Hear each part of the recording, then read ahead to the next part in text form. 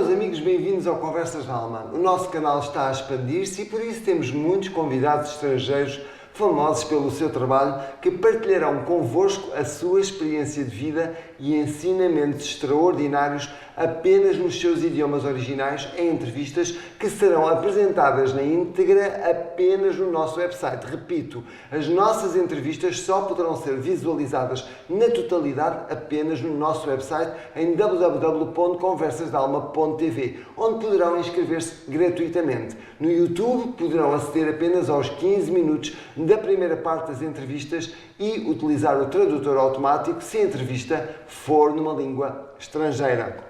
Juntem-se já ao nosso grupo do Telegram, no grupo Conversas da Alma, onde estaremos todos em contacto e também na newsletter do nosso website que aconselho a subscreverem. Subscrevendo a nossa newsletter, ficarão a par das notícias mais importantes relativas ao canal. A nossa entrevista de hoje será com o jovem escritor Duarte Nuno, que apesar de jovem fisicamente se revela uma alma antiga neste planeta e um irmão de luz que lançou agora o seu livro Sociedade, Política, Conspirações e o Diabo a Sete, da editora Chiado. O Duarte Nuno nasceu a 14 de abril de 95 em Coimbra, mas viveu sempre em Leiria, onde atualmente reside. O seu grande interesse na espiritualidade levou-o a dedicar-se a investigar alguns segredos e mistérios ocultos da humanidade que, na realidade, o inspiraram a escrever este seu primeiro livro. Vamos agora conhecer o nosso convidado e o conteúdo interessante do seu livro. Duarte, bem-vindo ao Conversas da Alma. Muito obrigado, César. É uma honra estar aqui contigo e, portanto, acho que temos tudo para ter aqui uma entrevista com pano para mangas. Com muito pano para mangas mesmo. Vamos lá então, Duarte, tem aqui montes de perguntas sobre os teus capítulos, sobre o teu livro, que é bastante completo. No teu livro, aliás, tens o capítulo A Verdade ou Realidade, o que são? Explica-nos qual é a tua visão da verdade e da realidade, começando por aqui. Na minha opinião, e isto, claro, é a minha opinião, eu não vou contradizer outras, porque lá está, mais uma vez, dizemos, não existem verdades absolutas e, na minha opinião, a verdade e a realidade é nós todos sabermos estabelecer o meio termo, o equilíbrio na vida. Aí conseguimos obter a realidade, porque nós não conseguimos nunca chegar a verdades absolutas, porque elas não existem.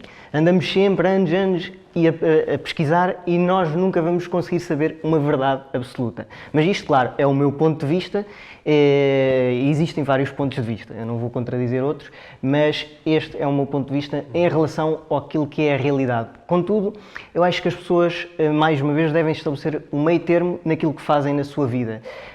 Nós devemos ser, mas também devemos ter, mas também não se pode ter tudo, né? Nós temos que primeiro ser para depois poder ter.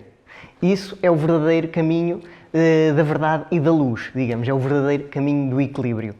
É uma pessoa ser para poder ter, mas também não é não ter nada. A pessoa também tem que ter alguma coisa para conseguir ser alguma coisa.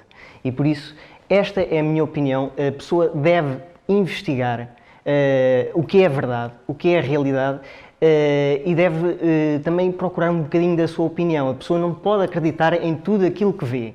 A pessoa deve procurar informação, nem sequer devem acreditar em tudo aquilo que eu digo ou em tudo aquilo que tu dizes. Nós devemos sempre querer procurar mais e mais, questionar tudo.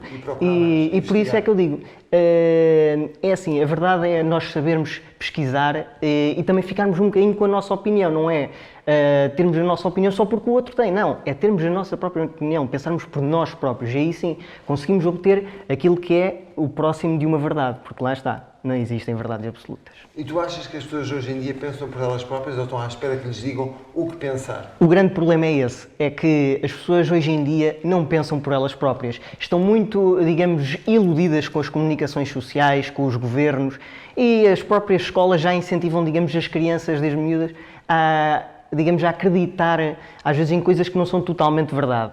E por isso eu acho que a população está um bocadinho adormecida e nem ela própria sabe o que é verdade, nem sabe o que é mentira. E por isso é que eu acho que a pessoa deve procurar informação, sempre, alternativa. E tu procuras essa informação alternativa para escrever o teu livro? Claro, obviamente que sim. E, aliás, eu falo não só procurar informação alternativa, mas também sair à rua, falar com as pessoas, perguntar as diferentes opiniões das pessoas. E, ou seja, pegar nessas opiniões todas e formar uma teoria ou uma espécie de verdade e aí sim conseguimos obter a nossa própria opinião e a nossa verdade. Porque se calhar o que é verdade para mim pode não ser para a outra pessoa, mas o que interessa é a pessoa lutar por aquilo em que acredita, lutar por aquilo que acha que aquilo é verdade. E é isso que eu acho que as pessoas devem fazer. E tu tens lutado por aquilo que achas que é verdade. Exatamente. Agora diz-me uma coisa, relativamente à realidade, já falámos da verdade, não é? Aquilo que tu consideras a verdade e aquilo que procuras como verdade. Mas relativamente à realidade, o que é a realidade para ti? A realidade é muito simples. Cada um vê a sua própria realidade ou constrói a sua própria realidade. Porque nós somos criadores de realidades, ou pelo menos deveríamos conseguir ser criadores de realidades. E por isso, por exemplo, a minha realidade pode ser diferente da outra pessoa dali. E por isso é que eu digo que a realidade é uma coisa também muito subjetiva, tal e qual como a verdade. Elas são coisas muito parecidas, apesar de não serem iguais, elas são semelhantes, a realidade ou a verdade. E por isso é que eu digo que a realidade é algo que nós próprios construímos, nós fazemos a nossa própria realidade. Então somos construtores, no fundo, de sonhos, de realidades, exatamente, de mundos. Exatamente, é isso que tu queres dizer. Exatamente. Porque às vezes basta uma pessoa pensar que aquela coisa existe para outra pessoa já estar a pensar o mesmo. Isso pode acontecer. E no mundo espiritual, tu achas que esses pensamentos manifestam-se e criam realidades? Às vezes sim, às vezes sim. Pode não acontecer sempre, mas na maior parte das vezes isso normalmente acontece. Isto, pronto, é o meu ponto de vista, não sei o ponto de vista das outras pessoas, mas este é o meu ponto de vista. Claro que sim, muito bem. E agora diz-me, tu também, no teu livro mencionas também um discurso. Que discurso é esse? Esse discurso tem a ver com a manifestação que houve em 15 de maio da WWD. Portanto, do Worldwide Demonstration Rally for Freedom. For Freedom, exatamente. Exatamente. Que era um discurso para eu ter feito, mas acabei por não o fazer. Devido, pronto, a não ser nenhum dos oradores, mas pronto, era um discurso que eu na altura queria fazer, mas acabei por não fazer porque reparei que havia outras pessoas com até bons discursos e seria um bocadinho repetitivo. Estaria a ser muito repetitivo e pronto. Qual era o conteúdo desse discurso? O discurso era muito simples, era em relação àquilo que nós estamos a viver atualmente, em relação a esta farsa a que chamam que na realidade nada mais é que uma gripe normal como outra qualquer. Muita gente pensa que acha que este vírus surgiu de forma natural, mas este vírus não surgiu de forma natural. Este vírus foi criado em laboratório, já comprovado por aquela virologista chinesa, que eu não decorei o nome. Ela, pelo menos, diz que tem provas, isso eu não sei se é verdade ou não, mas eu, pelo menos, quero acreditar que ela tem provas. Isto é a minha crença, eu acredito que o vírus tenha sido feito em laboratório, com o intuito de escravizar a população. Apesar de não conseguirem matar muita gente, conseguiram, pelo menos, implementar medidas draconianas na população. E, portanto, eu acho que o que nós, na realidade, estamos a viver nada mais é que uma farsa, porque o Covid nada mais é que uma doença normal como outra qualquer. Isto é a minha opinião, a opinião de alguém que investiga, de alguém que tem familiares médicos também. Pois, os teus pais são médicos. Exatamente, é verdade. Portanto, estás bem no meio. Exatamente, estou bem no meio. Apesar dos meus pais serem um bocadinho covideiros, eles no fundo sabem que isto foi um vírus feito em laboratório. Mas pronto, eles no fundo sabem disso. E portanto, nesse ponto eu acho que estamos em acordo. Porque um vírus destes não surgia assim do nada. Isto foi criado intencionalmente. Agora, claro, a comunicação social já se sabe como é que é e gosta sempre de ocultar a verdade da população e gosta sempre de inventar histórias assim, coisas às vezes que eles vão buscar que às vezes nem sequer existem, inventam mesmo. Então agora diz-me uma coisa, qual era o conteúdo desse discurso, além daquilo que tu, portanto, que tu irias, no fundo, apresentar na manifestação? Qual era o conteúdo? O conteúdo basicamente era eu falar que nós estamos a viver uma farsa e que nós nunca vimos os nossos direitos tão atacados como estão a ser atacados agora. E como tal, há que lutar pela nossa liberdade. Há que as pessoas começarem a acordar e começarem a despertar para a realidade que estamos a viver, porque nós estamos a ficar cada vez com as nossas liberdades mais limitadas e qualquer dia vamos ficar mesmo sem liberdade. E também eu no discurso mencionava que grande parte dessa culpa das nossas liberdades estarem a ser limitadas deve-se às sociedades discretas. E por isso eu dizia no meu discurso que há que acabar com todas as sociedades discretas. secretas e discretas, aliás, porque tanto umas como as outras são prejudiciais atualmente ao ser humano, porque em democracia nunca pode haver segredos, não pode haver segredos. Ou seja, tem que haver transparência. Exatamente, exatamente. E como tal, haver sociedades secretas numa suposta democracia, porque isto nunca foi nenhuma democracia, nós andamos já há 47 anos a ser enganados, desde o 25 de Abril, e portanto eu acho que isto é a minha opinião, nós devemos acabar com as sociedades secretas. Isto é a minha opinião e a opinião se calhar também de muita gente, porque eu não sou o único com esta opinião. Muito bem. Então esse era o teu discurso. Exatamente. Portanto, o teu discurso resumia-se essencialmente a isso. Exatamente. Ok. Então, satanistas e feministas estão no poder, é outro capítulo do teu livro. O que são para ti os satanistas que tu mencionas nesse capítulo? Os satanistas, neste caso, são aquelas pessoas muitas vezes que estão no poder e que nós já sabemos que fazem os tais rituais bizarros com crianças e sabe-se lá mais o quê. Com sacrifícios humanos. E eu não vou abordar muito esse tema porque acho que seria muito pesado. É pesado. É pesado e eu não vou aprofundar muito a parte. Vómitos. Pois, vómitos quase a falar nisso. Pois é, e por isso eu acho que não vou abordar muito essa parte dos rituais. Mas posso dizer quem é que são estes satanistas. Estes satanistas são muitas vezes pessoas que estão em cargos de poder, que estão no governo. Não vou dizer nomes, eu nunca menciono nomes. Okay. Eu só digo, os únicos nomes que eu mencionei estão escritos no livro e pessoas que nem sequer são de Portugal. Pronto, por isso, aqui eu acho que posso estar descansado em relação a pessoas portuguesas, que eu não vou mencionar nomes portugueses. Então tu resumes os satanistas a um grupo de elite? Exatamente, a um grupo de elite que muitas vezes está no poder, pode não ser só nos governos, mas às vezes em empresas ou em cargos importantes, ocupam cargos importantes de poder e normalmente esses satanistas influenciam muitas vezes também os jovens a serem satanistas e por isso é que eu também, mas isso lá está, é uma coisa para falarmos um bocadinho mais à frente.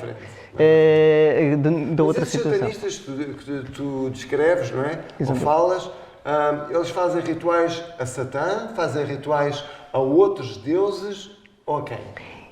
Normalmente esses satanistas, no meu ponto de vista, eles fazem rituais a Satã, digamos. Por isso é que se chamam satânicos. E querem incutir isso na malta mais jovem. E por isso é que existem os góticos, os punks, essa coisa toda, essa cultura, porque lá está, é os jovens já absorverem a cultura satanista que os mass media e mesmo a indústria do entretenimento cria para os jovens, porque lá está. E quem Aliás, é que está? Este ano, quem ganhou o Festival da Eurovisão, nós vimos, não é? Pois, exatamente. Estava muito claro. Pois, estava imensamente claro. Foi muito óbvio. É verdade. Mas continuando... Tem olhos para ver, veja. É verdade. É aquilo que eu digo. Pessoas que estão no poder, a maior parte delas são satanistas, mas isto é a minha opinião. Podem não ser satanistas diretamente, mas indiretamente já estão a incutir em outras pessoas o satanismo, digamos, ou algo associado às trevas, digamos. Porque o satanismo às vezes pode não ser totalmente aqueles rituais satânicos, basta haver... Eu pelo menos considero satanismo tudo o que haja com trevas, tudo o que... Seja ligado às trevas. Ligado às trevas, exatamente. Tudo o que se mexa com trevas, para mim, já é satanismo. E por isso eu evito ao máximo estar do lado das trevas. Estás a falar de necromancia e de coisas assim pesadas como essas? Também, não só, mas também. Não só, mas também. E por isso eu não vou falar sobre isso agora, porque lá está, é um tema muito pesado. É um tema pesado, sim. E eu acho que então... Portanto, os satanistas, para ti, resumindo, estão a uma elite e estão também no poder, em muitos cargos de poder. Exatamente, exatamente. Eu não vou mencionar nomes. De que forma é que eles influenciam a sociedade, então? Desta maneira, através da indústria do entretenimento e através, muitas vezes, também da comunicação social. Mas maioritariamente através da indústria do entretenimento, é onde se percebe mais aquelas mensagens subliminares e aquelas coisas todas que nós já sabemos e que nós conhecemos perfeitamente bem. Claro, e que as pessoas também, os estiverem mais atentos, conseguem identificar. Exatamente. Agora, relativamente aos feministas, qual é o objetivo destes feministas? Dizes que os feministas estão no poder também. Portanto, qual é o objetivo destes feministas e porquê é que estão no poder, achas? É assim, em relação aos feministas, eu associei-os também um bocadinho aos satanistas, porque isto tudo está interrelacionado. Porque a vida é como se fosse uma linha que tem várias ramificações e tudo está interligado. E eu acho que as pessoas demasiado feministas acabam também por se tornar satanistas. ao mesmo tempo, porque nós não devemos ser nem machistas nem feministas, tem que haver ali um meio termo. E o que nós estamos a ver é, hoje em dia tudo é assédio e tudo é violação, e que parece que só as mulheres é que são violadas e que os homens nunca são violados. Mas nós, os homens, também somos violados. Claro, e parece que não, parece que os homens nunca são violados, as mulheres é que são sempre as vítimas. E é por isso que eu digo que não se pode haver feminismo em excesso, e é o que estamos a assistir, é cada vez a um feminismo em extremo mesmo, a meter as mulheres todas no poder e a tirar os homens do poder. Em alguns países, não são em todos, mas em alguns nota-se que as mulheres estão com até às vezes mais direitos que os homens, porque lá está, se um homem é assediado na rua é logo considerado maricas, mas se uma mulher é assediada na rua é logo uma vítima autêntica e faz-se logo queixa na polícia e tudo. Por isso é que eu acho que se está a abusar um bocadinho, abusou-se das coisas. Por isso é que eu digo, e volto um bocadinho atrás, é preciso estabelecer um meio termo, há que estabelecer um meio termo. Nós não podemos nem ser nem tanto à terra nem tanto ao mar, nem podemos nem ser demasiado machistas nem demasiado feministas. Nós temos que saber estabelecer um meio termo. E é por isso que eu digo às pessoas... Tu achas que neste momento não há equilíbrio entre o masculino e Não, o feminino? não, exatamente. Em nada, aliás, nem é só no masculino e no feminino, é em tudo. As pessoas não sabem estabelecer o equilíbrio na vida, ou é o 8 ou é o 80. Não sabem estabelecer um meio termo. E eu sou uma pessoa que eu procuro sempre o meio termo, procuro sempre o equilíbrio.